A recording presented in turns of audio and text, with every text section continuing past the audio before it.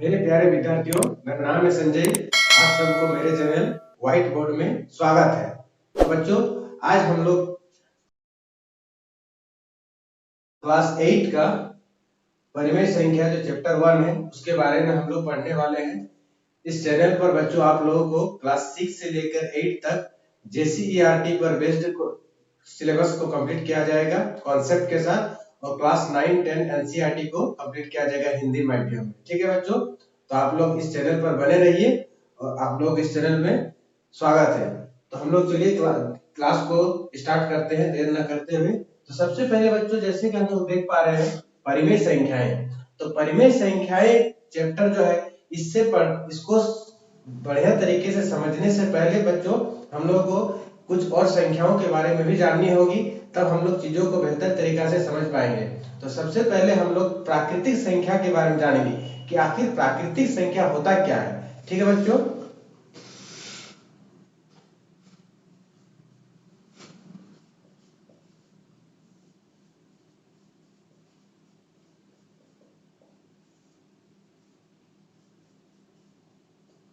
प्राकृतिक संख्याओं को बच्चों कैपिटल N से रिप्रेजेंट किया जाता है। ठीक है, इसका परिभाषा हो जाएगा बच्चों, वैसी संख्याएं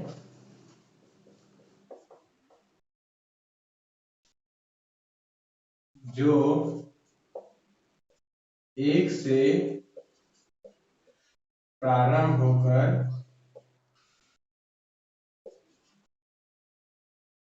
अनंत तक जाती है,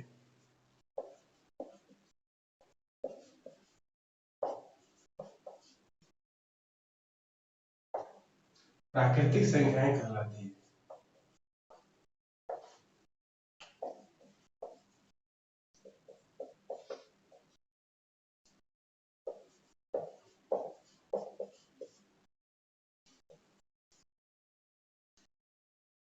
ठीक है, प्राकृतिक संख्याओं को बच्चों कैपिटल N से रिप्रेजेंट करते हैं।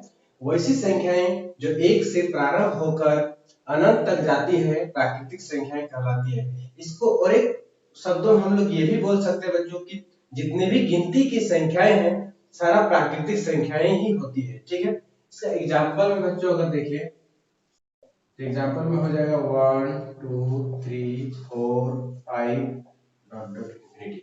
इसका मतलब क्या होगा बच्चों कि एक से प्रारंभ होकर अनंत तक। इसका मतलब ये जो सिंबल संकेत आप लोग देख रहे हैं इसको बोलते हैं अनगिनत। ठीक है, मतलब इसके बाद कुछ भी संख्याएं आ सकती है। ठीक है, इसमें कोई ये नहीं है। तो जैसे 5 के बाद 6 7 डॉट डॉट करके ये इंफिनिटी तक जाएगी। ठीक है बच्चों, अब क्या होता है कि इसको हम लोग जैसे इंग्लिश से बोलते हैं नेचुरल नंबर।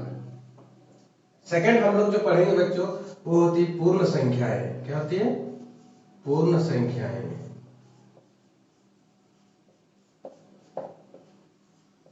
पूर्ण संख्याएं के बच्चों कैपिटल W से रिप्रेजेंट किया जाता है। ठीक है, इसकी परिभाषा हो जाएगी वैसी संख्याएं जो जीरो से प्रारंभ होकर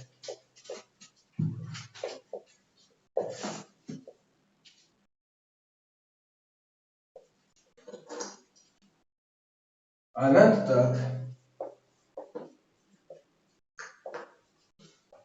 जाती है उसे पूर्ण संख्याएं कहा जाता है।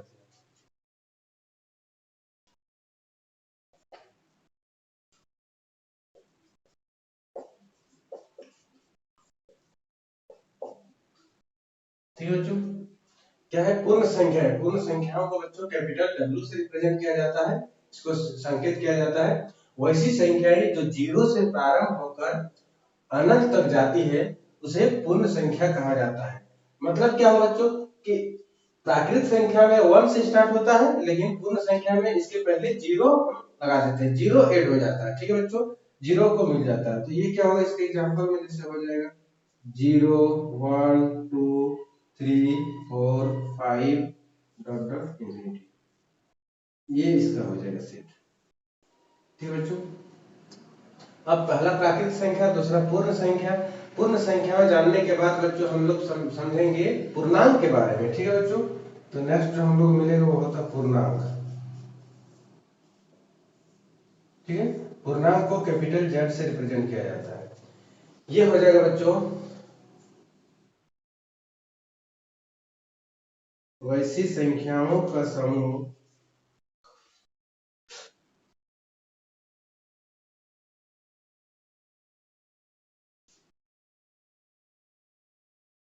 जिसमें पूर्ण संख्याएं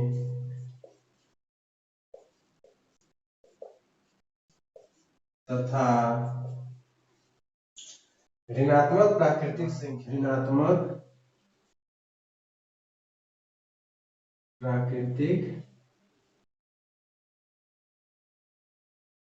संख्याएं और उसे पूर्णांक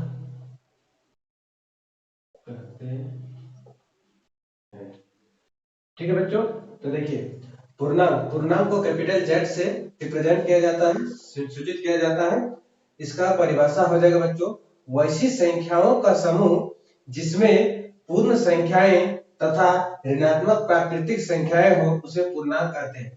मतलब क्या बच्चे, पूर्णांक में पूर्ण संख्याएं तो हो गई है, साथ में प्राकृतिक संख्याओं का जो ऋणात्मक वैल्यू रहेगा, ऋणात्मक सूचित रहेगा, उसको ही हम दर्शाएंगे। ठीक है बच्चों, तो इसका एग्जाम्पल में अगर देखें हम लोग तो बच्चों आ जाएगा जैसे -4, -3, -2, -1, 0, 1, 2, 3 डॉट डॉट इन्फिनिटी, प्लस लग जाएगा, इधर भी डॉट डॉट माइनस इन्फिनिटी। मतलब कि बच्चों अगर पूर्णांक का अगर सेट हम लोग देखें तो इस प्रकार से ये नेगेटिव से लेके पॉजिटिव, मतलब कि ऋणात्मक से लेके धनात्मक सारी संख्याएं आ जाएगा।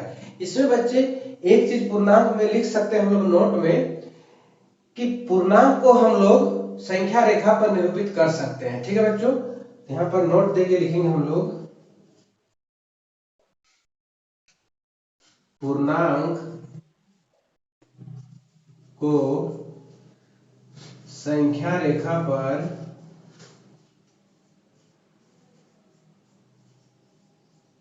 निरूपित किया जा सकता है, निरूपित किया जा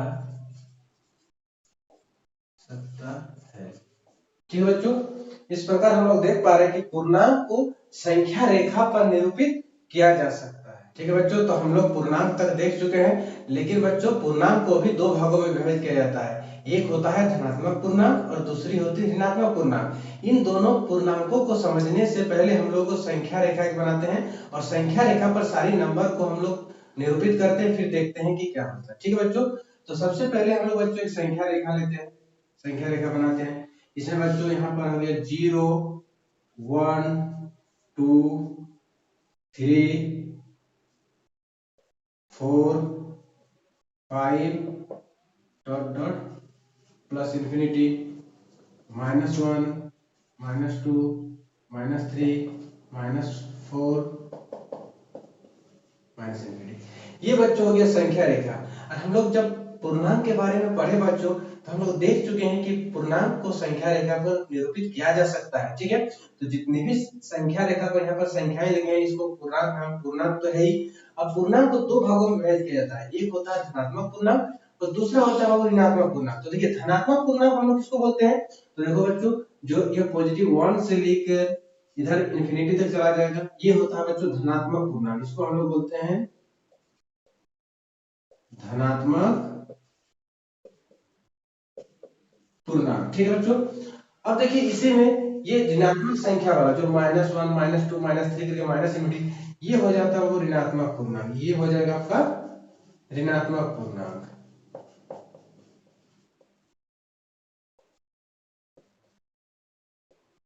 अब बच्चों इस संख्या रेखा पर हम लोग एक चीज देख पा रहे हैं कि जीरो, ये देखिए जीरो। अब जीरो को हम लोग ना धनात्मक पूर्णांक बोलते हैं और ना ही बच्चों ऋणात्मक पूर्णांक बोलते हैं। तो क्या हो जाएगा, ये धनावेशित हो जाएगा, ना इसमें धन होगा ना इसमें ऋण होगा। जीरो में हम लोग कोई भी साइन नहीं लगा सकते हैं बच्चों, ना तो प्लस ना ही माइनस। जैसे ना ही हम लोग प्लस लगा सकते हैं, जीरो और ना ही माइनस जीरो लगा सकते हैं, ये नहीं होगा कुछ, ठीक है। जीरो में कोई भी मतलब कि चिन्ह नहीं आएगा, ठीक है बच्चों। अब हम लोग पूर्णांक को समझ गए बढ़िया से। इसके बाद मेन टॉपिक जो हम लोग का है बच्चों, जो कि चैप्टर का नाम है परिमेय संख्याएं। अब हम लोग नेक्स्ट जो टॉपिक पढ़ने जा रहे हैं बच्चों, बहुत ही इंपॉर्टेंट, बहुत वेरी वेरी इंपॉर्टेंट, परिमेय संख्याएं। अब इसके बारे में हम लोग पढ़ने जा रहे हैं, इसी पर पूरा चैप्टर पूरा आश्रित है, पूरा आधारित है बच्चों, ठीक है। तो इसको बढ़िया तरीके से समझने की कोशिश करेंगे हम लोग, ठीक है बच्चों। तो नेक्स्ट टॉपिक जो हम लोग आएगा बच्चों, वो हो जाएगा परिमेय संख्याएं। परिमेय संख्याएं, ठीक है बच्चों। परिमेय संख्याएं को बच्चों कैपिटल क्यू से रिप्रेजेंट किया जाता है, सिंबल सूचित किया जाता है, ठीक है बच्चों। इसका डेफिनेशन अगर परिभाषा हम लोग जानने की कोशिश करेंगे तो परिभाषा इस प्रकार हम लोग बच्चों दे सकते हैं कि वैसी संख्याएं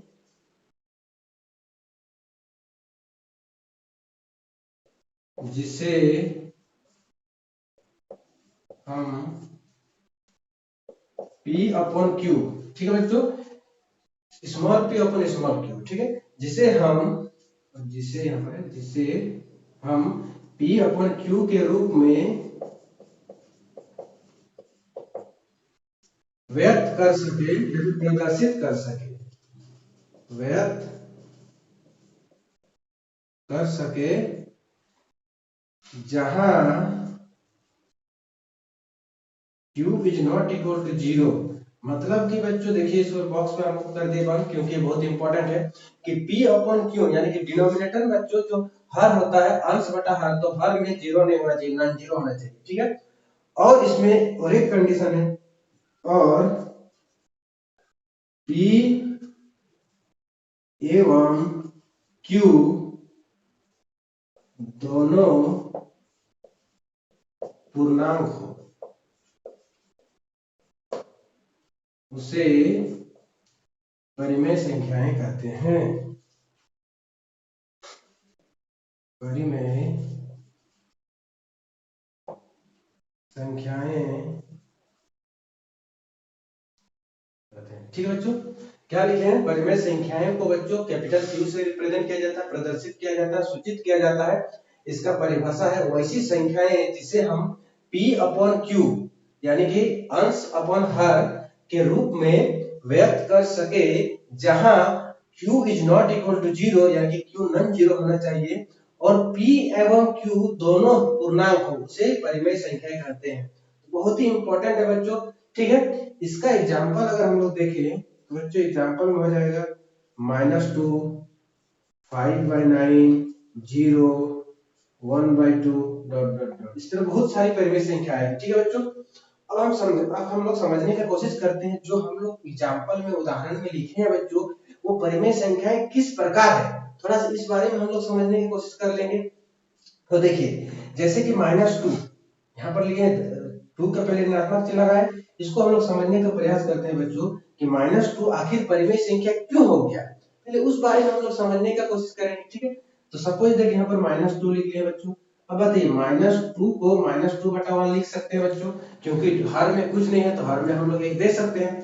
अब देखिए ये क्या हो गया, 2 को हम लोग p लिखेंगे और 1 को हम लोग q लिखेंगे, और जहां पर q is not equal to zero, देखिए तो इसमें पहला कंडीशन क्या था, पहला शर्त था कि p बाई क्यू के रूप में होना चाहिए, ये नहीं था लेकिन हम इसको p बाई क्यू के रूप में लिख लिए, ठीक है। और जहां पर q is not equal to zero, देखिए q इक्वल टू 1 है तो q जीरो नहीं है।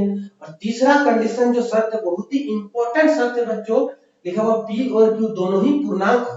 तो देखिए -2 भी पूर्णांक है, -2 को भी हम नंबर लाइन में दिखाए हैं बच्चों, और 1 को भी हम लोग नंबर लाइन में दिखाए हैं, ठीक है, संख्या रेखा पर। इस प्रकार क्या होता है कि -2 एक परिमेय संख्या का सेट है, ठीक है। अब नेक्स्ट हम देखते हैं, जैसे 5/9 की तो समझ में ही आ रहा है कि अंश बटा हर के रूप में है, इसको नहीं समझ रहे हैं।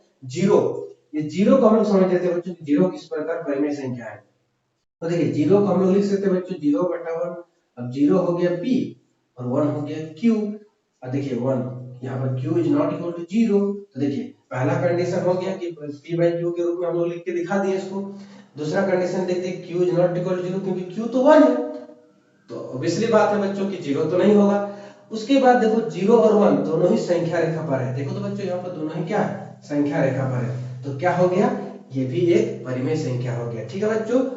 अब क्या होता है कि परिमेय संख्या को हम लोग जान गए हैं। तो बच्चों आज हम लोग क्या क्या पढ़ चुके हैं? प्राकृतिक संख्याएं पढ़ चुके हैं, पूर्ण संख्याएं पढ़ चुके हैं, पूर्णांक पढ़ चुके हैं। पूर्णांक के दो भाग बच्चों, धनात्मक पूर्णांक और ऋणात्मक पूर्णांक भी समझ चुके हैं।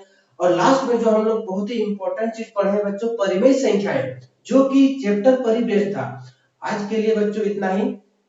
Thank you, have a nice day.